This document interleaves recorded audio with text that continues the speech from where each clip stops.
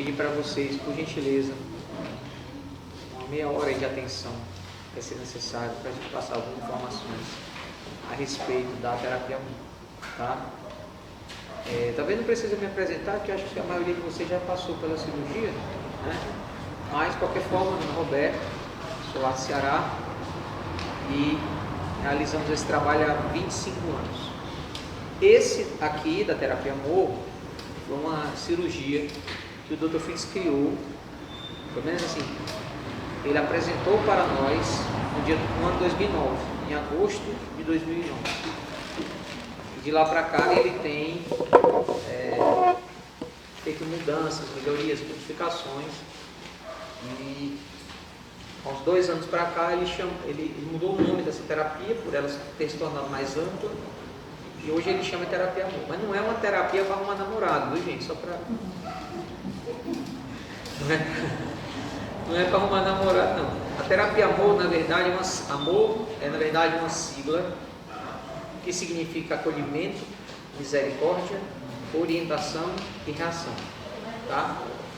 E é uma cirurgia espiritual que tem como finalidade principal ajudar as pessoas a se recuperar diante de desafios emocionais, sejam eles quais forem, tá? Quando o Dr. Fritz criou essa terapia em 2009, ela basicamente trabalhava 3 doenças e hoje são 28. Então ela ganhou um espectro bem maior de alcance, tá? Dessas 28, 29, geralmente eu lembro de 16, 17, tá? Eu vou lembrar para vocês aqui as principais, só para vocês terem uma ideia do que é tratado nessa terapia especificamente, e mais do que isso também. Vocês sabem por que está aqui, né? Porque eu sei que tem muita gente que está aqui que não tem depressão, mas que pode ter alguma dessas outras doenças. Então eu vou falar uma vez só, tentar lembrar de uns 15, 16 aí, ou contando até nos dedinhos assim para poder facilitar lembrar. E no final eu vou escolher uma única palavra para ficar chamando na nossa conversa todas essas doenças juntas. Deu para entender? Para que não tenha que estar repetindo toda hora, né? Então vamos lá.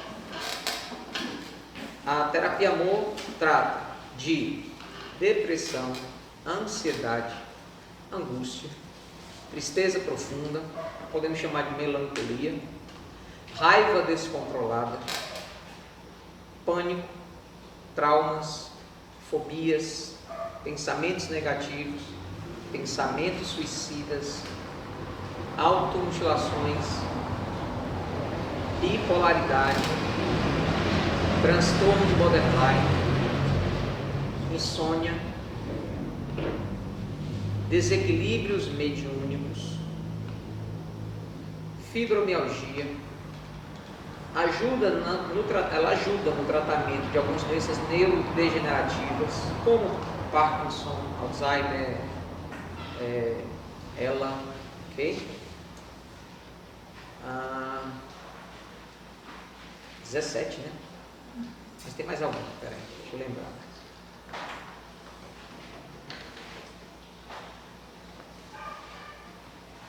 Falei trauma, falei, né?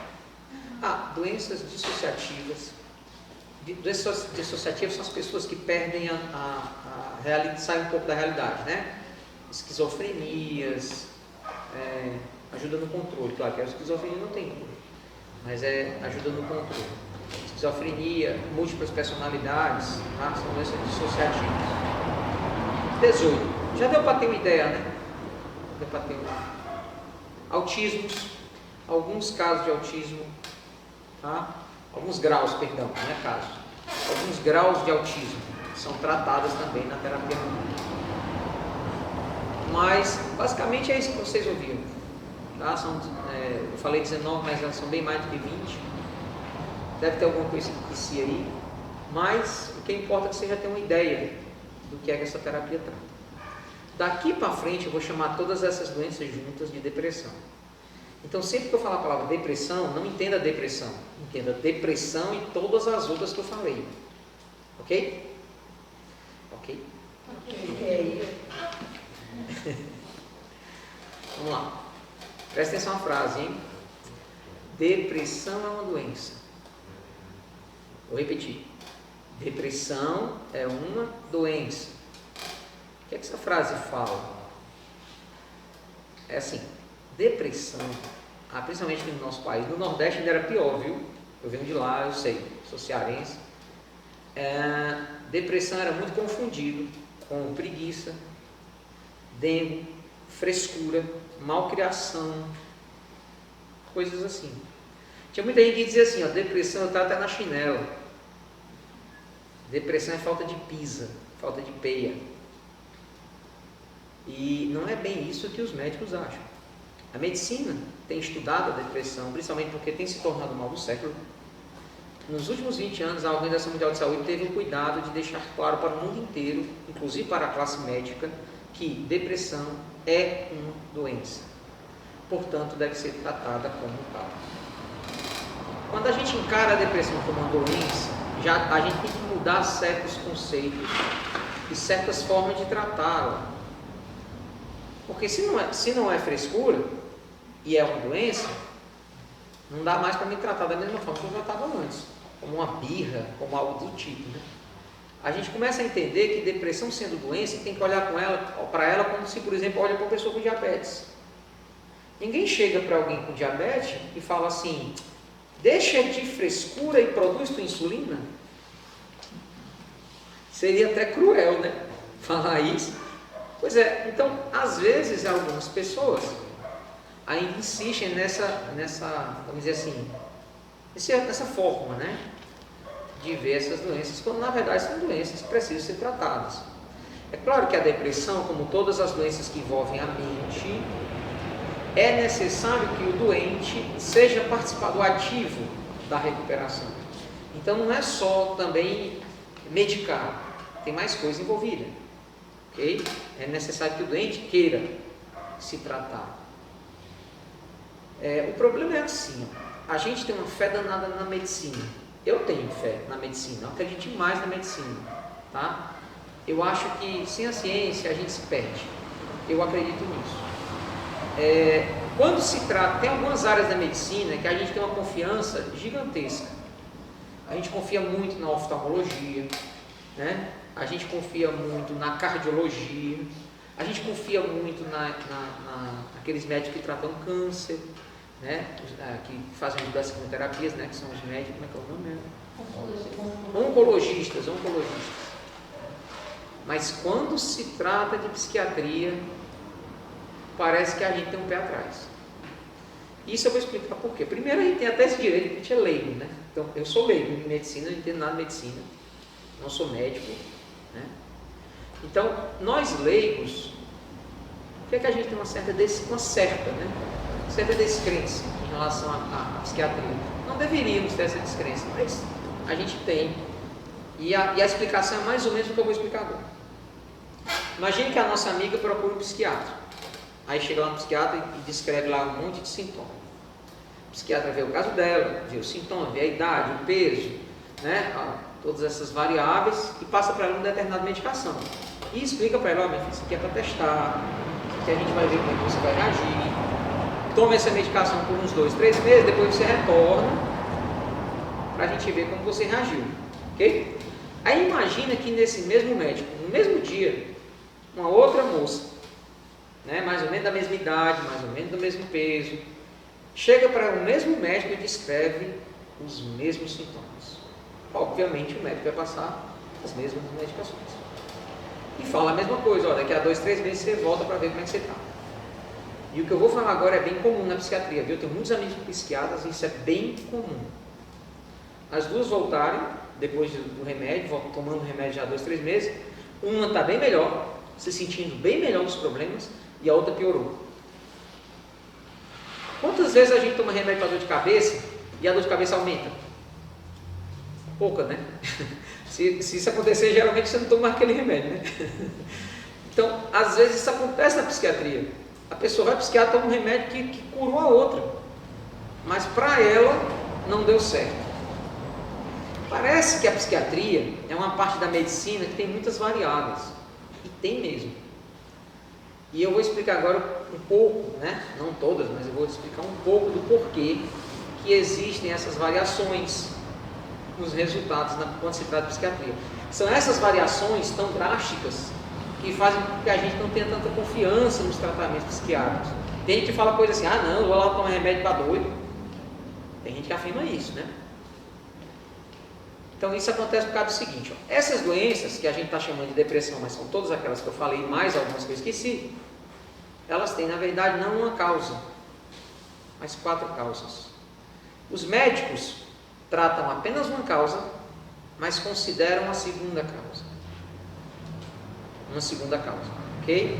Quando na verdade não são só 2, mas são 4 causas, ok?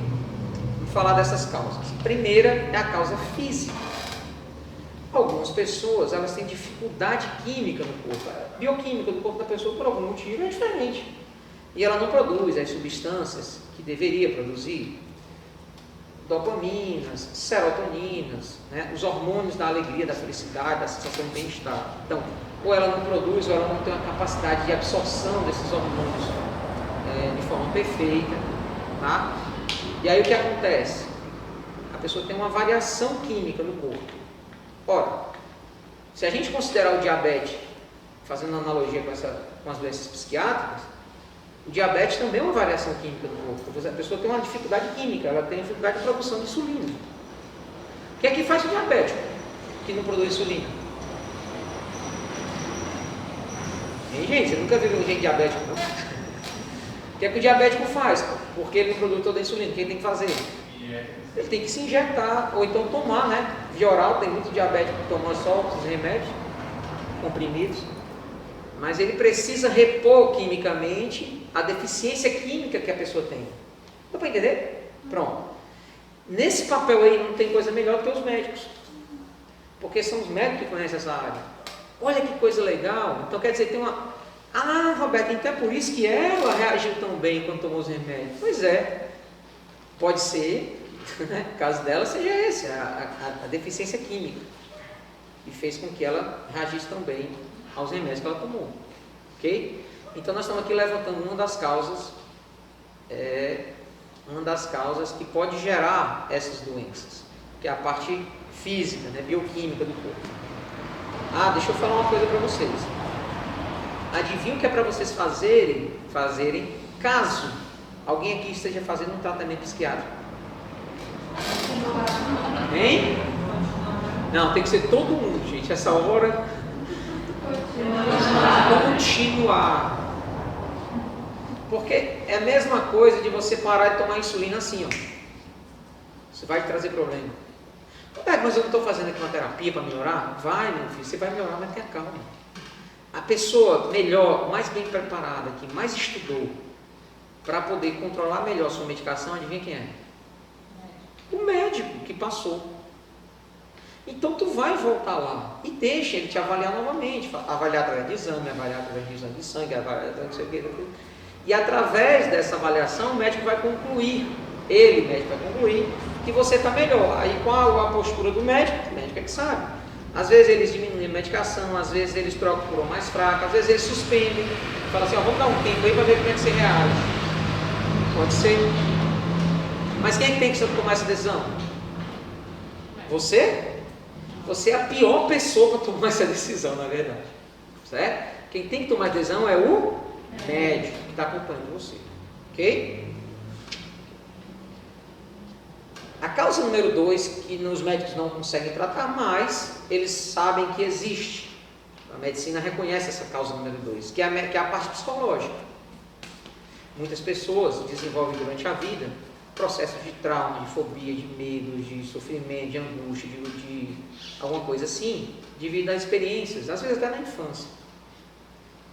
E isso reflete a vida da pessoa inteira. Tá? Então, essa parte psicológica, ela é extremamente presente na nossa vida.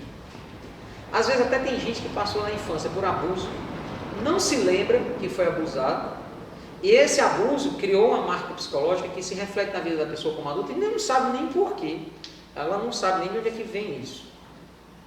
E aí, gente, Aí é onde entra o trabalho dos psicólogos, das terapias. Adivinha o que é para você fazer caso você faça terapia? Vou até mais longe, viu? Caso você não faça terapia, mas tenha a oportunidade de fazer, faça, porque ajuda muito. Quem já fez terapia aqui sabe que ajuda. Terapia é uma coisa maravilhosa, só faz agregar coisa boa. Então, meus amigos, essa parte psicológica, ela pode sim também ser uma causa dessas doenças, tá? Bom, aqui nós encerramos a participação dos médicos, dos médicos ocidentais, né? Da medicina ocidental e dos psicólogos. Vamos falar agora de duas outras causas que às vezes que eles não consideram, a maioria deles, né? Lógico. Quando eu digo eles não consideram, eu não estou falando de alguém. Eu estou falando a ciência da psicologia e a ciência da medicina não pode considerar. Deu para entender? Não é nem porque ele não quer, não, é porque não pode. Eles têm uma limitação. Então vamos lá. É por isso que às vezes, olha só que estranho, tem gente que vai ao psiquiatra, toma todos os remédios, testa remédio, muda remédio, passa anos no psiquiatra mudando remédio, vai para o terapeuta, faz terapia e mesmo assim não melhora. Já ouviram casos assim? Não acontece, né? Pois é porque a origem não é só essas duas. Pode ser que o problema daquela pessoa tenha uma outra origem. E nós vamos falar agora dessas outras duas. A terceira é a origem energética. Eu não sei se vocês sabem, mas o que há de mais moderno hoje na física, eu espero que tenha algum físico aqui para me ajudar nisso. Mas o que tem mais de moderno na física hoje é o seguinte, ó, a matéria não existe, tudo é energia. Tudo é energia. O que você chama de matéria, na verdade, é a energia condensada. A energia, ela vai se agrupando e forma matéria. E é muito estranho a gente ouvir isso vindo da física, né? Porque antigamente os materialistas se apegavam na física para não acreditar no que não era físico, ou do que não era material. E hoje os físicos, graças a Deus, estão tendo assim uma aula de humildade. Porque quanto mais eles descobrem sobre o universo, sobre a ciência, sobre a física quântica, não sei o que, mais e mais eles percebem que eles menos sabem. Para você ter ideia, 80% da energia do universo, 80% da energia do universo é uma energia que eles não sabem o que é. Por isso chamam de energia escura. A maior parte da matéria do universo não é essa matéria que a gente vê. É uma matéria que nós não sabemos como é. Nós nunca vimos, mas a gente tem certeza que ela existe. Porque se ela não existisse, as galáxias já tinham se desfeito, que é a matéria escura. Então, o nome escuro não tem a ver com a cor, tem a ver com a escuridão que a ciência tem em relação a isso, porque eles não têm a menor ideia do que é e como funciona. Não é estranho? Pois é. Aí tem uma galera lá da Índia, eu não sei se vocês já ouviram falar na medicina chamada medicina ayurvédica. Essa medicina já avisa, já faz algum tempo, que nós somos energia.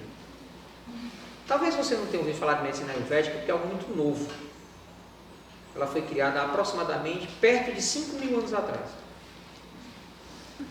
A gente aqui no Ocidente, a gente é meio arrogante, sabe? A gente não quer dar muito ouvido para esses caras. Mas esses caras têm alguma coisa para nos ensinar. E a medicina ayurvédica nos explica, e os indianos têm uma fé danada nela, assim como também a medicina oriental chinesa, que os chineses falam de meridianos e sabem o quanto isso é importante. E hoje a gente está começando a se dobrar, porque sabe que isso é real. Os ayurvédicos falam que nós temos os chakras, ou centros de força. E é através desses centros de força, e nesses centros de força, que as nossas energias são controladas, são dispersadas e por aí vai. É através desses chakras que o nosso corpo e nós mesmos, né, acabamos nos comunicando com a energia que está dentro de nós e fora de nós. Ora, se o universo todo é uma energia, se tudo é energia, então o tempo todo em contato com essa energia, porque nós também somos energia. Nós somos feitos dos mesmos átomos que existem no universo. Então, os indianos têm uma forma de explicar didática a questão dos chakras, E eu vou pegar a explicação mais básica de tudo, porque eu não tenho conhecimento suficiente para isso. Eu teria que ter estudado muito medicina ayurvédica para poder explicar para vocês com profundidade. Então, realmente eu não sei.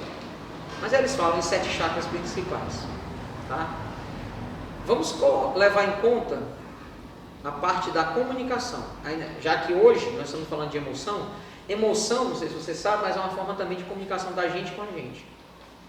E de uma certa forma, a gente, por não se comunicar tão bem com a gente muitas vezes nem sabe por que tem determinadas emoções. Às vezes algo que não era tão grande deixa a gente extremamente alterado. E coisas pequenas, né? Que pareciam coisas bobas, né? Coisas pequenas deixam a gente extremamente alterado, e coisas que são enormes a gente consegue levar na boa. Nem nós entendemos às vezes porque reagimos assim. É como se a nossa comunicação com a gente mesmo não fosse a melhor. Mas vamos falar dos 7 chakras. 3 deles são superiores e 4 são inferiores. Esses 3 superiores têm a ver com a nossa comunicação da gente com o que está fora de nós. O chakra coronário é a nossa comunicação com o nosso Criador. Você pode chamar de Deus, eu chamo de Deus, mas você pode chamar de qualquer outra coisa. Tá? A comunicação aqui é o chakra mais sutil de todos. E esse chakra tem a ver com a nossa conexão com Deus, com o Criador. Okay? O chakra frontal, aí daqui para cá, quando a gente vai descendo os chakras, eles vão ficando mais densos. Okay? Aqui é o chakra frontal, que não é comunicação com o universo, com a pulsação divina, não. Isso aqui tem a ver com a nossa comunicação espiritual. Com os nossos espíritos desencarnados e tal.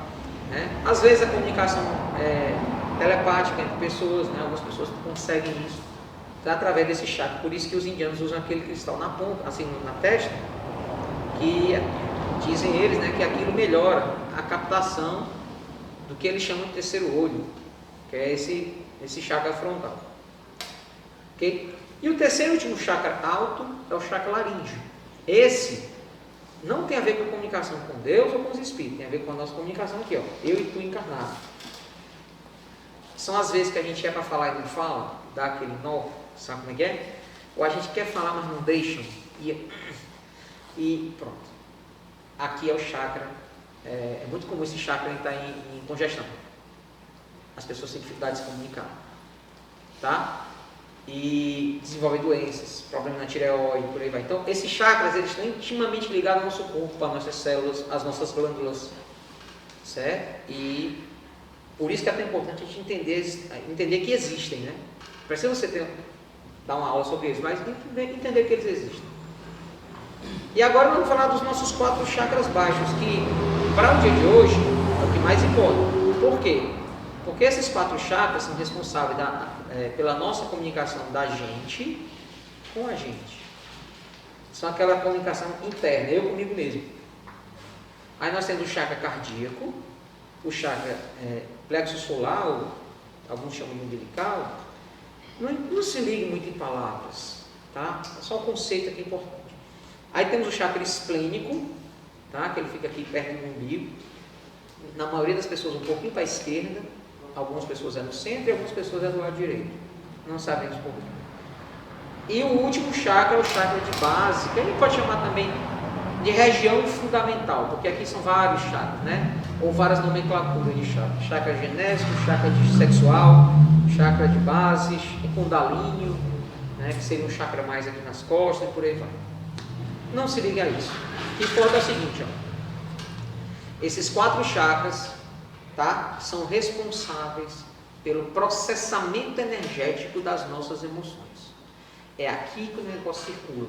A gente sabe que as emoções começam pelas amígdalas cerebrais, a química começa aqui, tá? Lá na base do crânio primitivo, do cérebro primitivo. Então, essa amígdala cerebral, ela gera um impulso nervoso, desencadeia o processo nas adrenais, e aí daí para frente, ó, é tudo aqui, ó. Aí o coração acelera, o estômago para de funcionar, o intestino fica preso. São os processos emocionais. Fizeram uma pesquisa em Recife, um grupo de psicólogos, durante 8 meses, pesquisaram pessoas com câncer do cólon do intestino. O cólon é uma parte, é o intestino, né? E a pesquisa Era uma pesquisa puramente psicológica. Eles não queriam saber a causa do câncer, se o câncer foi porque fumou, se foi porque era genético, não interessava. Eles só queriam saber o seguinte: esse câncer tem alguma conexão com questões psicológicas? Essa era a dúvida. Esse era o alvo da pesquisa. Por exemplo, nós sabemos que pessoas muito nervosas têm uma tendência a desenvolver pressão alta, não é verdade? E a gente até conhece o mecanismo. A pessoa que é muito nervosa, ela libera muito cortisol, que é o hormônio do estresse. Esse cortisol faz com que os vasos, né, façam uma constrição. E esses vasos, se eles ficarem muito tempo fechados assim, eles têm dificuldade em relaxar. Aí a pressão arterial aumenta. Então, o mecanismo a gente já conhece. Então ele queria saber se havia um mecanismo, eles queriam saber se havia um mecanismo parecido em relação ao câncer do intestino. Pronto, essa era a dúvida. Eles ficaram impressionados como foi fácil de perceber. Lá pelo 8º, 10º paciente, eles já conseguiram notar que havia um padrão psicológico naqueles pacientes. Todos eles, quase todos, não, todos não existem, né? Porque aí quando se trata da mente humana, sempre tem variação. Quase todos tinham uma dificuldade enorme em perdoar. Vou repetir. Pessoas com câncer do intestino pode ser causado pela falta de perdão. Quantas vezes você ouviu isso na sua vida? Nem eu. Aí a gente lembra de Jesus e acha que Jesus era só um conselheiro religioso. Jesus era um médico, né? Perdoe para que Deus os perdoe. Perdoai 70 vezes, 7 vezes. Quando bater na face, apresenta outra. Pagar o mal com o bem. Jesus falava de perdão o tempo todo. E a gente achando que ele estava falando de religião. Ora, se eu não perdoo, eu guardo em mim. O que? A raiva, a frustração, a revolta. Vou guardando, vou guardando, vou guardando, vou guardando, vou guardando, vou guardando, vou guardando. Guardando um monte de coisa ruim, adivinha? É lógico, né? Então, esses 4 chakras aqui, ó, são os responsáveis pelas emoções. O Dr. Fritz e os outros espíritos escolheram um desses 4 chakras, chamado chakra esplênico, ele fica aqui um pouco acima do umbigo do lado esquerdo, na maioria das pessoas. Porque é o seguinte, esse chakra é o que menos sofre a influência das emoções. No entanto, ele é o chakra que ele é autorregulado, ele se autorregula para se equilibrar e ele ajuda a regulação dos outros chakras baixos. Então ele está interligado ao cardíaco, ele está interligado ao plexo solar e está interligado ao chakra de base. E ele consegue, ele estando em equilíbrio, ele consegue ajudar a equilibrar os outros 4. Por consequente, a pessoa acaba desenvolvendo um equilíbrio emocional maior. Porque eu não sei se vocês perceberam, mas a maioria dessas vezes que a gente está falando aqui hoje tem uma emoçãozinha no meio. Né? Às vezes bem escrachada, às vezes bem intrínseca. Mas está lá. Ok? Bom, tudo que eu falei até agora foi somente para poder você saber por que a cirurgia da terapia é boa na barriga. Já pensou? Você chega, vai aquele médico é doido, aquele alemão lá, o Fritz. Por quê? Eu fui lá com um problema de depressão. O cara botou isso para na minha barriga. É doido, né? Não. É porque ele não está fazendo na tua matéria. Ele está fazendo a cirurgia no teu corpo espiritual. E no teu corpo espiritual, que é o teu corpo energético, a região mais, vamos dizer assim, mais suscetível ao equilíbrio dessas emoções é o chakra esplênico. Por isso que é na barriga. Ok? Bom, vou explicar agora exatamente o que vai acontecer dentro da sala. São 2 salas, essa e a outra lá, tá? A mesma coisa. Quando vocês entrarem, vocês vão ver que tem uma luzinha lá bem fraquinha. Tem um motivo para ter essa luz lá. E aí, assim que você entrar, um trabalhador, né, um de nós, trabalhadores, vai pedir para você deitar na maca. Aí você deita na maca. Certo? E assim que você deitar na maca, lembre-se das minhas palavras. Presta atenção, viu? Porque o que eu vou dizer agora é o segredo da terapia amor. Quando você entrar na sala, deita e relaxa. Eu vou repetir, porque não é algo tão fácil de ser feito. Você vai entrar na sala, vão mostrar uma maca para tu, aí tu vai lá e te deita. Quando tu deitar, relaxa. Só isso. Quando tu estiver lá deitado, relaxado, um outro trabalhador, que é um médico passista, né, um magnetizador, vai chegar até você para aplicar 2 passes magnéticos. O primeiro, adivinha? Na barriga. E você já sabe por quê. É para deixar o teu campo de vibração desse chakra muito mais receptivo às energias que vão vir daqui a pouco, que é a energia da terapia amor. Ok? Então, ele vai dar um passe dispersivo nessa região aqui do chakra esplênico. Quando você vê o passista fazendo isso aqui na tua barriga, sabe o que você faz? Relaxa. Esse mesmo passista vai aplicar um segundo passo em você, que é aqui no chakra frontal. Vocês devem ter notado que eu falei aqui que, além de todas essas questões emocionais, também essa terapia trabalha desequilíbrio da mediunidade, pensamentos negativos. E isso tem também a ver, não é só aqui, tem a ver também com chakra frontal. Ok? E aí o que acontece? É muito desconfortável você deitado numa maca, uma pessoa aplicar um passo dispersivo aqui na tua cara e tu ficar com os olhos abertos assim, olhando. Eu fico até tonto. Sabe o que eu faço? Eu fecho os olhos e relaxa. Aí depois vem uma moça, não sei se é a Carol, que é minha noiva, cadê ela? Cadê até nunca? Tá ali, ela, meu anjo. Vamos casar ano que vem já. Sério? Aí, acho que a próxima vez que a gente vier pra cá, a gente já vem casado, né, amor? Não? Eu notei assim que dá tempo de desistir, entendeu? Vocês notaram isso também? Pois é. Isso mesmo, vamos tentando, né? Então, ou a Carol ou a Elisângela, tá? Vai chegar até você. E para te ajudar a relaxar ainda mais, vai pegar um algodão, um pouquinho de soro fisiológico e vai colocar nos teus olhos, só para poder você relaxar mais, ok? Aí vai vir o Dr. Fritz. Dr. Fritz, não sei se vocês já perceberam, mas ele anda meio estabanado, né? Dr. Fritz, aí ele é meio ligeiro nas coisas e pode ser que na hora que ele vai fazer a cirurgia aqui, e você já sabe por que ele é aqui, pode ser que você se assuste, o Dr. Fritz chegando, já bota aquele álcool gelado, né? Aí já vai fazendo a cirurgia aqui na tua barriga. Ok. Se você sentir o Dr. Fritz fazendo isso, o que você tem que fazer? Quando o Dr. Fritz terminar todos os pacientes naquela sala, são 4 pacientes nessa sala e 3 naquela outra lá de baixo, tá? Quando terminar os 4 pacientes da sala, ele vai sair, vai ficar só uma pessoa lá com vocês, tá? Claro, vocês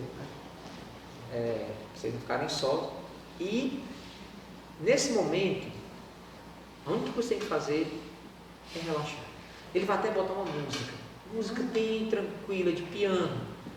E aí você vai ouvindo aquela música e vai relaxando. Né? Tem gente que relaxa tanto que, ó, dorme, apaga.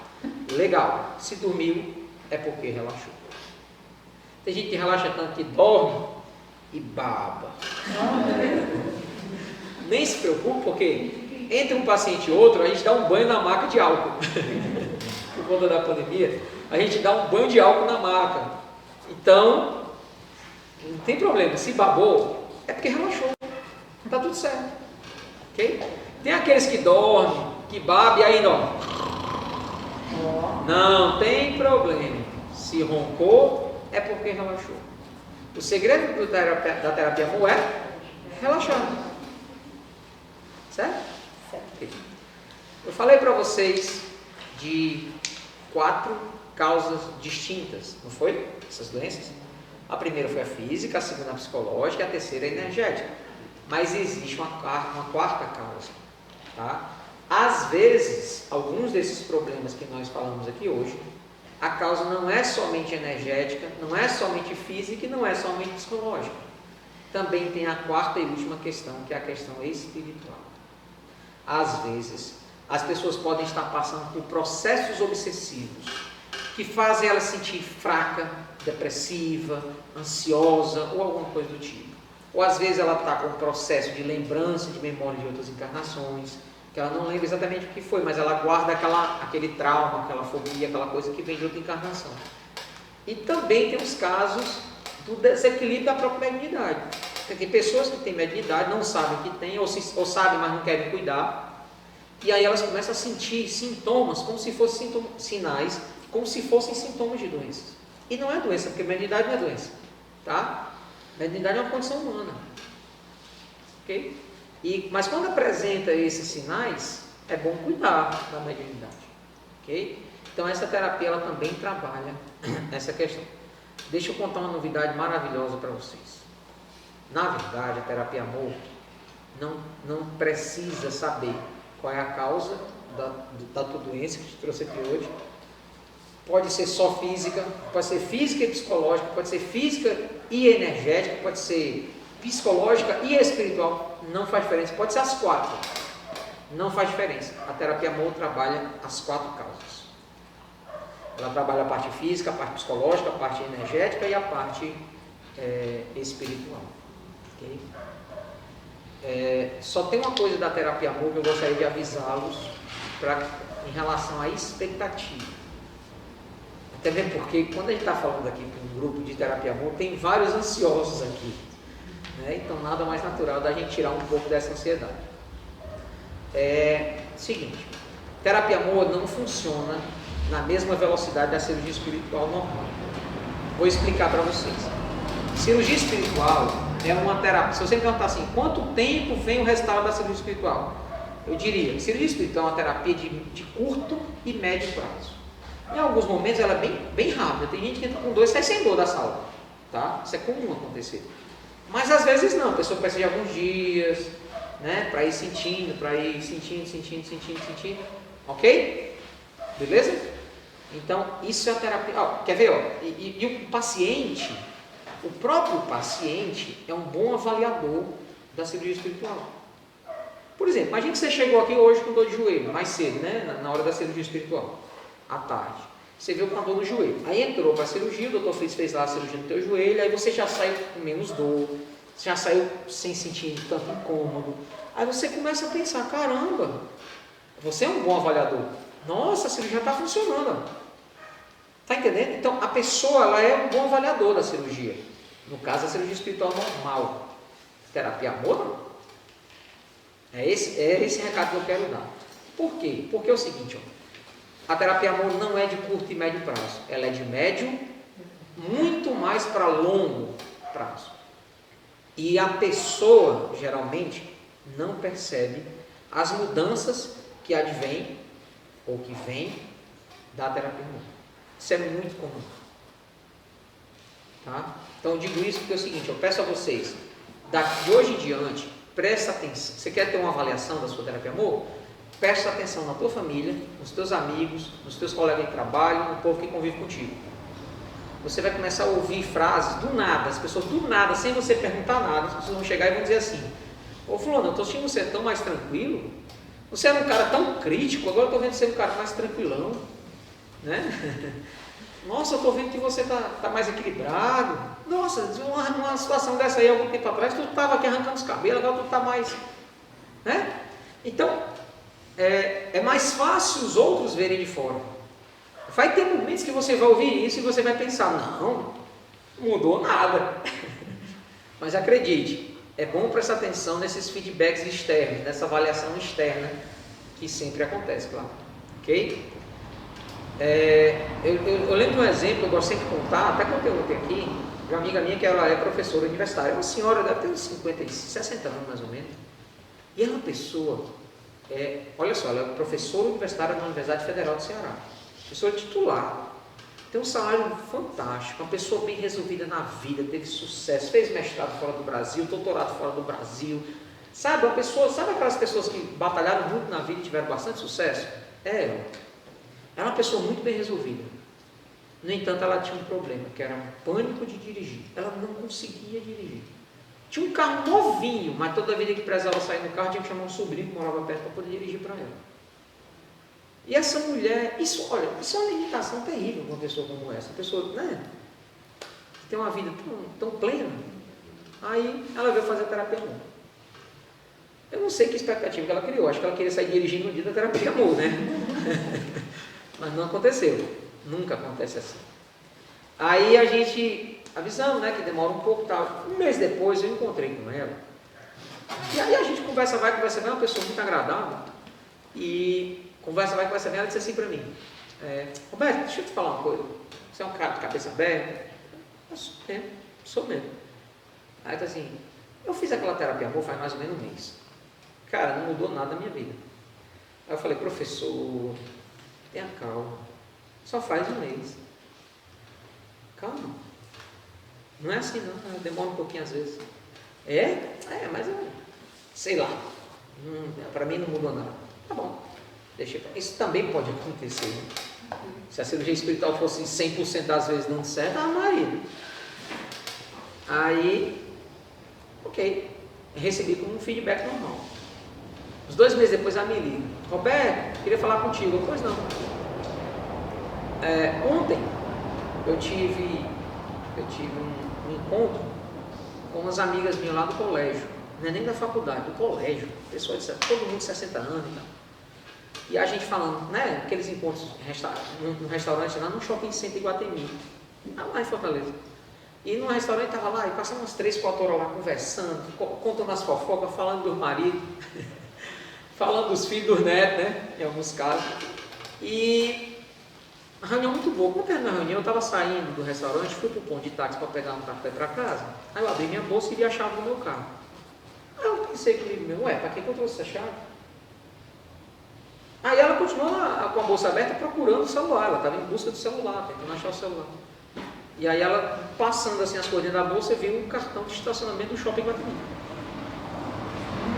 Aí ela, com o cartão na mão e a chave na outra, ela imediatamente lembrou, eu vim dirigindo? Ela disse que lembrou na hora onde tinha estacionado o carro, ela foi lá, chegou lá, ela viu o carro dela. Ela disse que nessa hora ficou tão nervosa, disse assim, meu Deus, eu não vou conseguir voltar para casa.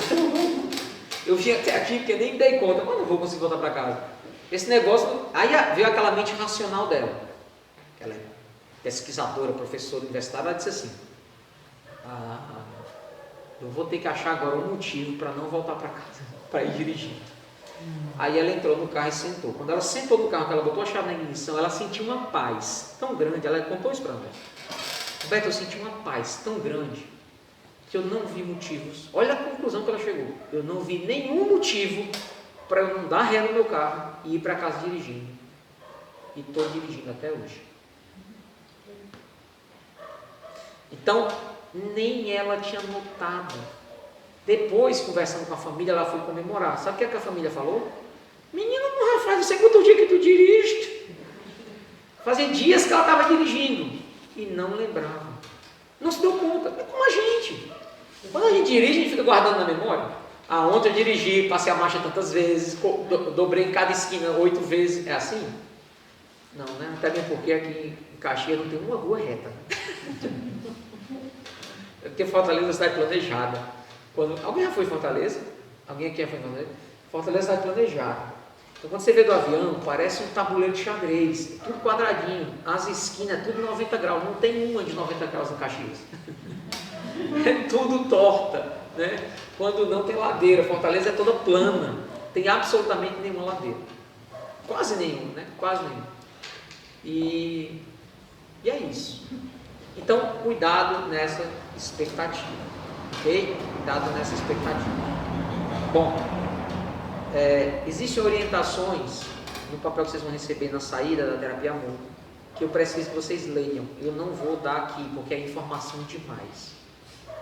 O cérebro humano tem uma limitação de informação, tá? Por isso que ela está no papel, que é para a gente não ter que estar lembrando, ok? Então, vocês vão ver que as restrições da terapia amor é quase nenhuma comparado à cirurgia espiritual. A cirurgia espiritual até aqueles dias sem comer carne, tem 5 dias de repouso relativo. Essa aqui não tem repouso nenhum.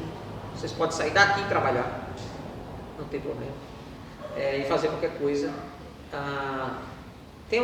Não tem restrição sexual, não tem restrição de nada. Essa é a terapia, tá? Eu acho que tem só alimentação, se eu não me engano, é de 24 horas.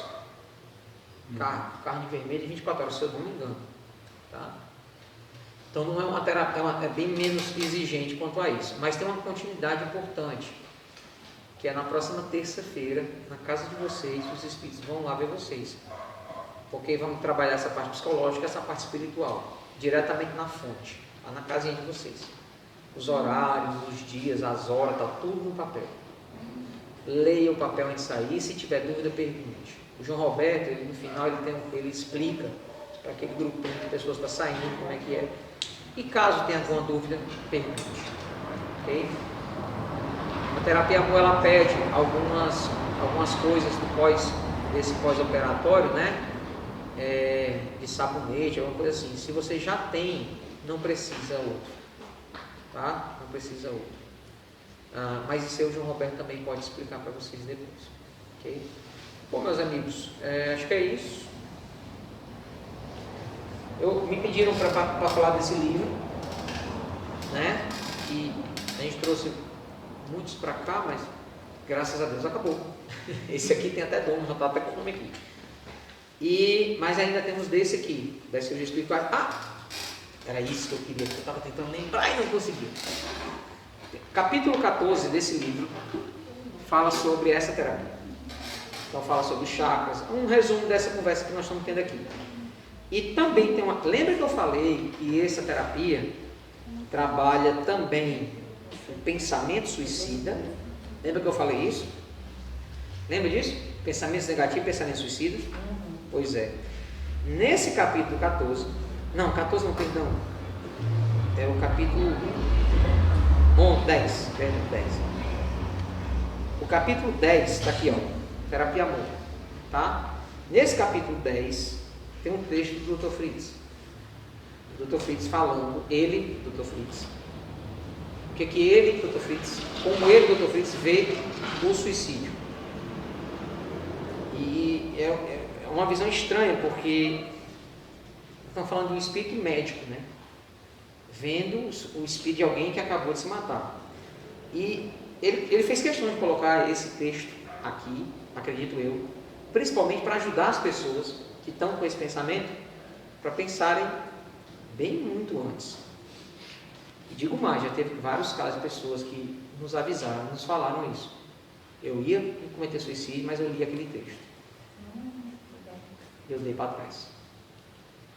Eu, sinceramente, toda vida que eu leio, eu me emociono. Tá? É um texto curto. E o Dr. Fritz vai falar aqui principalmente daquele suicídio causado. É do suicídio consciente. É da pessoa que tira a própria vida. Não estou falando, aqui ele não está falando daquele suicídio inconsciente. O que é o suicídio inconsciente?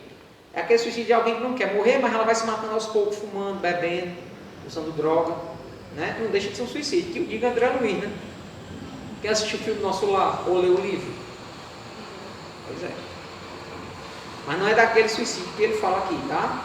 Que o André Luiz foi um caso de suicídio inconsciente, né? Inconsciente.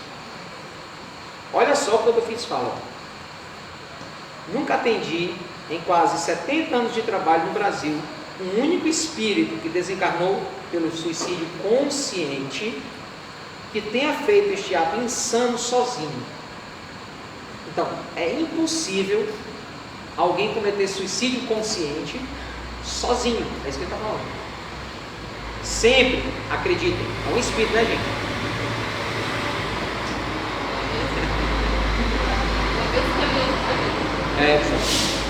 Eles estão trabalhando, eles merecem respeito. Vamos lá. Sempre, acreditem, há uma ou mais entidades espirituais das trevas a confundir-lhe os pensamentos, curvar-lhes a visão de Deus e acreditar que este ato infame colocará um fim ao sofrimento. Na verdade, servirá a ele, a vítima, pessoa que comete suicídio, né? De processo de vampirização de energia, ainda presentes no que resta do corpo físico. São como abutres disputando a carniça, os restos energéticos de um corpo destruído que, pela determinação de Deus, deveria ainda estar vivo. Mas o terror não para por aí. O espírito desencarnante nunca experimentou uma sensação de arrependimento tão forte como aquela. Pois quando estava encarnado, mesmo em sofrimento, havia momentos de lucidez, de alívio da dor, de coragem diante das provas. Agora, mesmo com a nossa ajuda, a dor do arrependimento e da culpa são pesos muito difíceis de suportar. Geralmente esses moribundos clamam a nós médicos uma nova encarnação imediata. Por favor, deixa eu encarnar logo, porque eu não aguento isso aqui. Pois a somatização da dor moral parece não ter fim. Mas não somos nós, simples trabalhadores, que podemos satisfazer suas vontades. Apenas espíritos mais elevados têm esse poder de decisão. E até eles têm fortes limitações com a lei de Deus. E isso gera uma recusa. E a dor dessa recusa, que é bem comum, gera no suicida ainda mais arrependimento. Reencarnar hoje é uma dádiva, um processo de planejamento bem complexo. E não apenas as dores morais acometem o suicida consciente, pois também algumas vezes dores físicas da desencarnação jamais passam. O perispírito, corpo espiritual, adoece de forma tão crônica que nenhum remédio espiritual parece fazer efeito. Aqueles que atentaram contra a cabeça, seja por projétil ou por quedas, não se livram das enxaquecas. Elas são lancinantes e muitas vezes podem durar anos, décadas. Aqueles que buscam nos venenos ou nos remédios, os remédios que foram criados para curar, são tomados por dores abdominais que os fazem procurar o chão e lá se contorcerem por horas.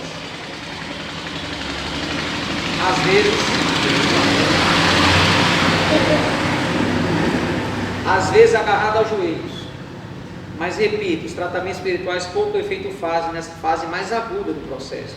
Que eu já vi, estou dizendo, viu? Eu já vi algumas vezes essa fase aguda durar 30 anos. Sou cientista e afirmo, 2 pontos, não há lógica alguma suicídio. Tudo que suicida tenta se livrar será potencializado ao desencarnar.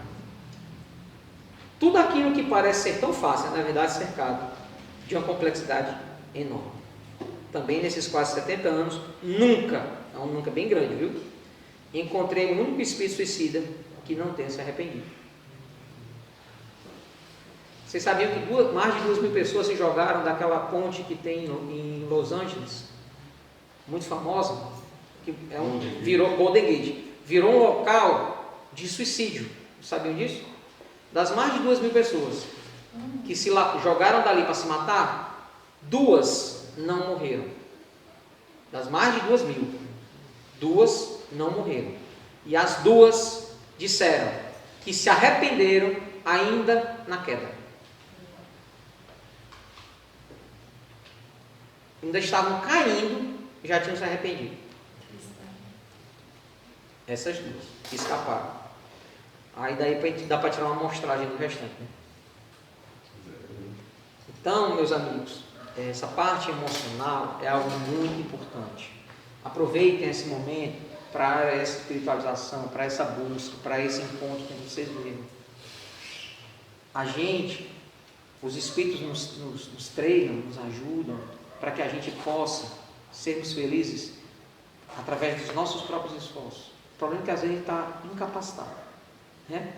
Mas aí eles nos dão de volta essa condição para que a gente possa estar rumo para a nossa vida. Os espíritos não querem a gente dependendo deles, como às vezes algumas religiões fazem, as pessoas ficarem dependentes. São famosos rebanhos que seguem algum pastor, né? Sem fazer alusão a nenhuma religião em si, mas nós não podemos, o trabalho espiritual tem como finalidade ajudar a evolução individual de cada pessoa, né? Para que ela seja o Deus da sua própria vida, certo? Então, esse é o que nós mais queremos com essa terapia de hoje. A gente vai só fazer uma prece lá dentro, daqui a pouco a gente começa a chamar você. Como eu falei antes em relação à cirurgia, aqui eu falo a mesma coisa. É bem rápido, tá?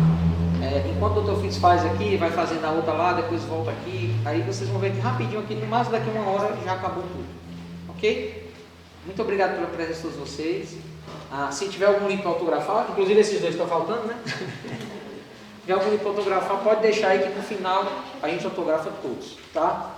Muito obrigado a todos e que Deus abençoe vocês. A todos nós. Obrigado.